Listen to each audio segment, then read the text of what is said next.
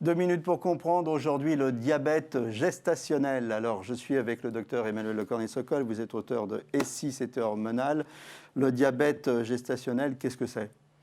C'est lorsque les femmes enceintes ont un taux de sucre qui est trop élevé dans le sang.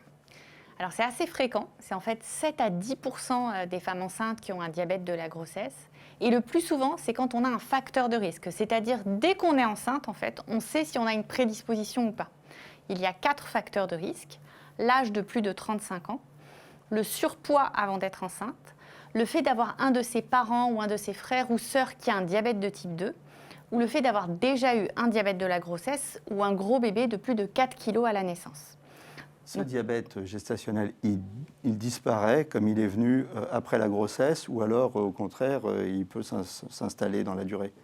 Alors en fait, il s'en va dès qu'on a accouché et les risques, ils sont surtout pour le bébé. Les taux de sucre sont faiblement élevés et comme ça dure simplement le temps de la grossesse, il n'y a pas vraiment de risque pour la maman. Par contre, les effets sont vraiment pour l'enfant. Il peut y avoir une prématurité, donc le bébé qui vient trop tôt. Ça peut être aussi un très gros bébé, ce qui fait que l'accouchement peut être plus difficile. Notamment, le bébé peut coincer au niveau des épaules. Et puis, c'est des bébés qui, contrairement à ce qu'on pense, parce que des fois on se dit « ah, c'est un gros bébé », mais non, il va être plus fragile dans les premières heures de vie. Il peut manquer de sucre, paradoxalement. Il peut faire des hypoglycémies. Il peut avoir plus de détresse respiratoire ou plus de jaunisse. Donc c'est tout ça qui fait qu'on va s'occuper du diabète de la grossesse chez la femme enceinte. Qui s'en occupe? C'est la sage-femme tout au long du suivi de la grossesse? Alors en fait, on fait un dépistage. Donc chez les femmes qui sont à risque, on va mesurer la glycémie à jeun au premier trimestre de la grossesse. C'est le gynécologue qui demande ça ou le médecin traitant.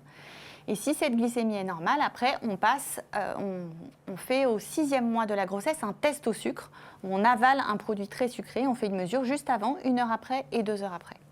Voilà, si vous êtes enceinte, pensez à la santé de bébé et pensez au diabète gestationnel.